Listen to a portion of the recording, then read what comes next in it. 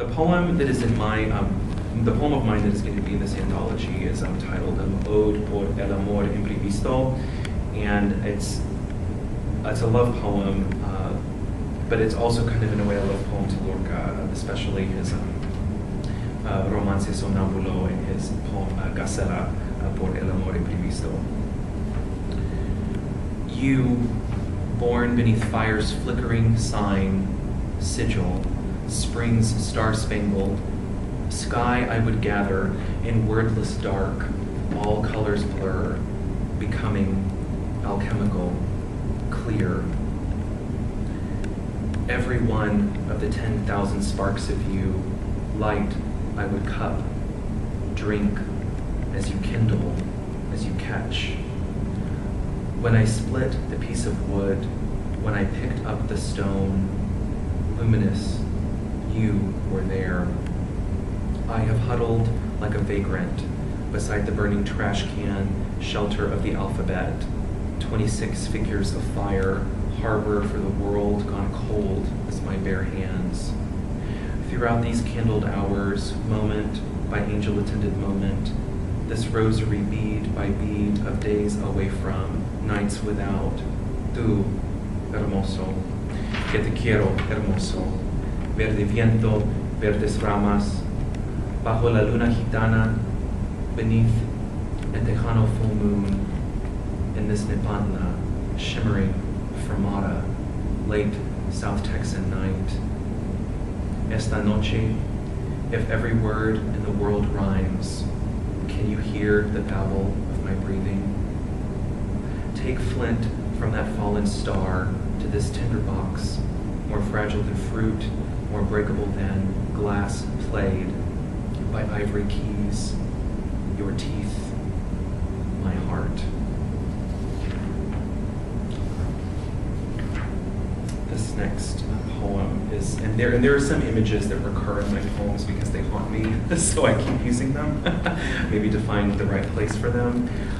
This poem is titled End Stopped, and it was an exercise. It began as an exercise for a MFA workshop that I was in a couple of years ago, and I was given the task to write a poem with end stop lines and no enjambment,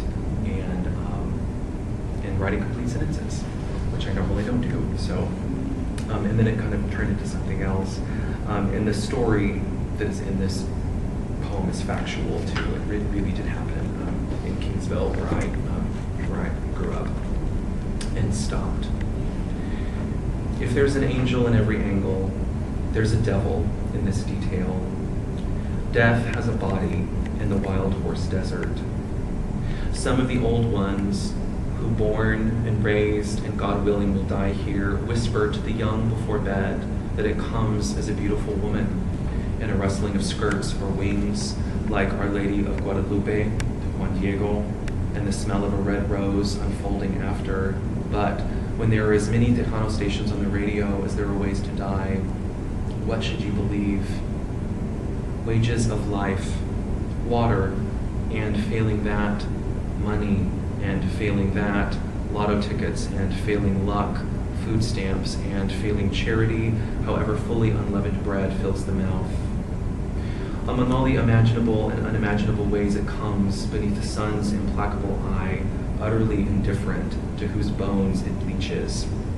The cow's gone to skull since last summer, or the latest young woman outside Juarez. This is neither the first nor the last rosary bead grandmother fingers worry over every night. An almost Eagle Scout in Kingsville, Texas, for his project chose to build from planks of pine little boxes for the deceased newborns of illegal Mexican immigrant mothers. Before, with nobody able or willing to pay for proper coffins, the babies were buried in styrofoam chests made for beer. Las Guadalupanas at his church sewed the outfits, blankets, layettes, and pillows so that a wash towel would not become a shroud. Only here could such a wide open sky swallow the animal wail of a woman as she's deported back to El Otro Lado, childless. If there is a book that could translate those sounds into a language humans might understand, nobody knows it exists and the coyotes, particularly talkative tonight, aren't telling? Or could it be her? As all-seeing, the sun climbs down the long throat of night, and for a moment, and a moment only, all the bougainvillea catches fire.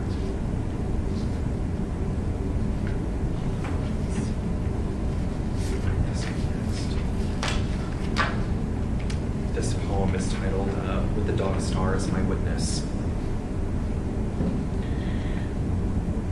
Like a preacher's son come home to God, but never the church, hung over from the afternoon's endless lesson in thirst.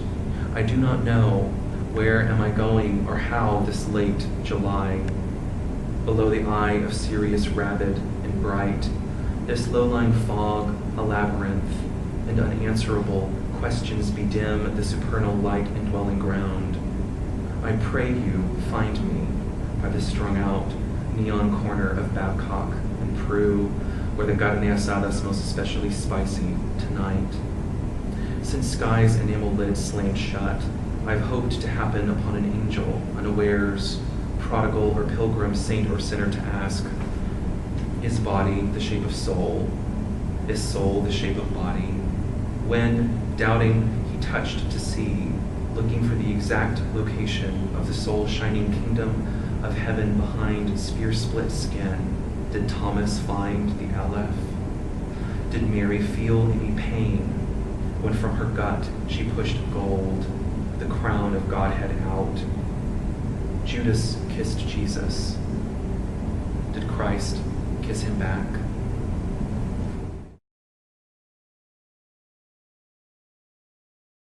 This poem is titled Pieces for an Imaginary Ode, and this is kind of based on the relationship I have with the poetry of Jack Spicer.